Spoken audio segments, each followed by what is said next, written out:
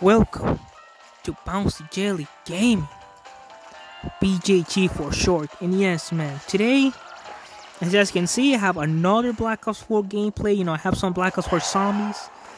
Playing on Alpha Omega, which, is pretty man map. It's not that great. But, yeah, man, that's the gameplay in the background. But today we're gonna be talking about, last video I talked about, why Call of Duty has been falling for me. All this, past 4 years, Call of Duty has been pretty garbage. So now this video I want to be talking about the monetization. I want to be talking about the way Call of Duty is being monetized nowadays, which I think that's one of the biggest, downs for Call of Duty.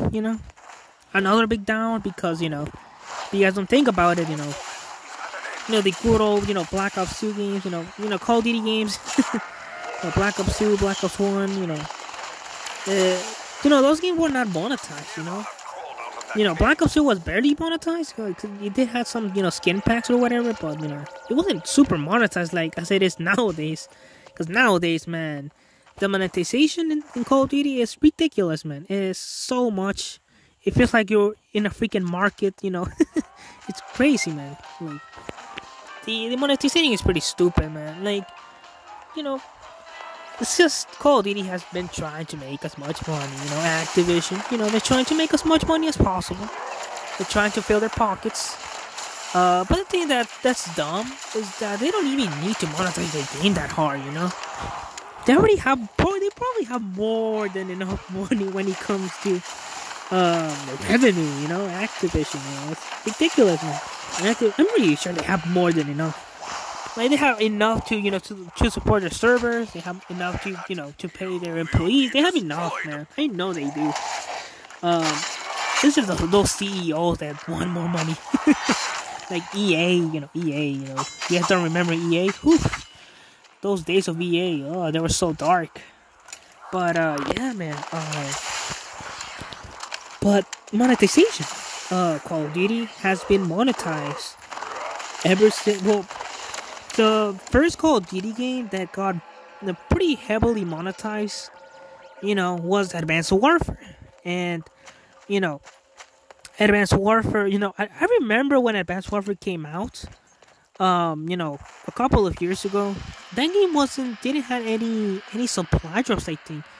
It didn't have any type of monetization, but then, I think days later, a week later, I think, they got those famous supply drops. You can buy those famous supply drops with money, which, that was the first time we ever had loot boxes in Call of Duty. And I think the supply drops in Advanced Warfare they were ridiculous as hell. Like, I remember the weapon variants in that game where, oh man, that were pretty powerful, man. They were pretty damn OP. I remember the Obsidian Steed. I remember the Insanity. Those weapons were ridiculous. Actually, I managed to get the Insanity, during the Advanced Warfare days. So, I have that weapon. That weapon's pretty overpowered, pretty powerful as well. But, yeah, man. The loot boxes in Advanced Warfare were unacceptable, man. Now, I don't know. It had, the way you earned them also were very random as hell. So I don't remember the exact way how to earn them, other than the challenges. But or prestiging, I think. But it's just Advanced Warfare, man. Like, you had to pay, in order to be overpowered, But yeah, man, that was the first time when loot boxes were first introduced into the Call of Duty franchise, Advanced Warfare, man. That's what was one of the biggest flaws to Advanced Warfare. Even though I kind of like the loot boxes, just because, you get a lot of random stuff for free by just playing the game. So, I don't know.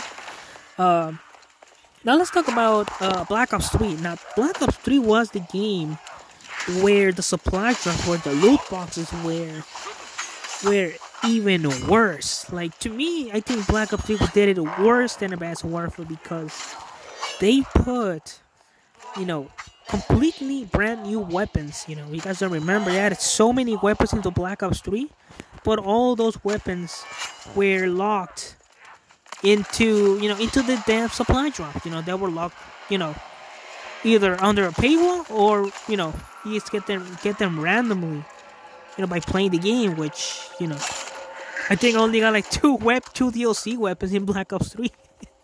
Or 3, I think. Then they added like about, I don't know, over 10 DLC weapons, I think. And most of those weapons I don't even have. Like, I don't have the M16, I don't have the Peacekeeper, I don't have, there's so many weapons that they added to Black Ops 3 that I don't have. And one of the things that made Black Ops 3 super ridiculous, when it came to monetization, was the supply drops. The supply drops in Black Ops 3, they took it too far to me. Even though Black Ops 3 was a really damn good game, don't get me wrong, it was incredible. It was an incredible game. It was phenomenal, man. I loved that game. But the thing that was a big downside was, the supply drops. Now, but I think the supply drops are not that bad if they were just cosmetic only and duplicate protected, and then all the brand new stuff like weapons, specials or whatever, they can just add them, by earning them, or I don't know, maybe paying a season pass or something. I don't even know, but I don't know. I think the thing that made supply drops pretty bad was that they added brand new weapons to them, which I think supply drops would have been so perfect if they were duplicate protected and that they were just cosmetic only. I think that's what would make supply drops way better. Cause I play other games like Plants vs Zombies, Garden Warfare 2. Those games had supply had loot boxes, but they called it sticker packs. And the thing that I like about PvC, Plants vs Zombies, Garden Warfare 2, is that the supply drop, the sticker packs were actually duplicate protected. That's one of the main things that was good about that game. And I think Call of Duty should embrace the duplicate protect. But let's talk about Infinite Warfare now. Infinite Warfare was a big improvement when it came to monetization, because you could actually earn, you can unlock, weapon variants by just, grinding for that currency. And, you use that, currency in order to unlock whatever weapon you want. I think that was pretty nice. And then plus, you can, earn the base weapons by just doing the challenges. Which, to me, it was pretty nice, man. I liked it. I think Infinite Warfare was a big upgrade when it came to monetization. When it comes to Black Ops 3. Black Ops 3 was horrendous. But Infinite Warfare, the monetization wasn't that bad. You could earn things. At least you can earn it.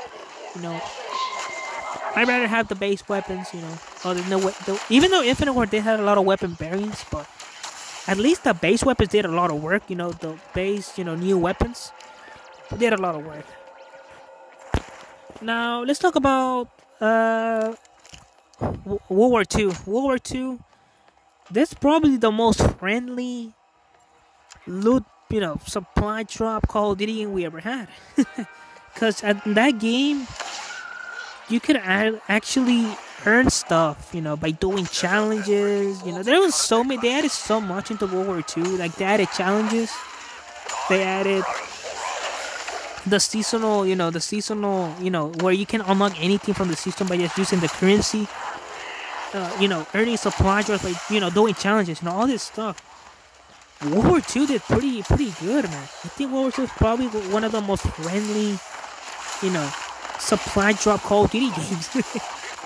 But yeah, man. How about Black Ops 4 now? Black Ops 4, same thing as Black Ops 3. Same thing as Black Ops 3. A little bit less than Black Ops 3, because Black Ops 4 didn't have that many weapons when it came to DLC. But then Black Ops 4 did actually get a big overhaul, where you can just earn everything by just playing the game, which, they did that a year later, since, that game was gonna die anyway, so. But yeah, man, this was part 1 of Call of Duty monetization. Hopefully you guys enjoyed this video. Like, subscribe, And yeah, man, see ya, guys. And stay tuned for the next video.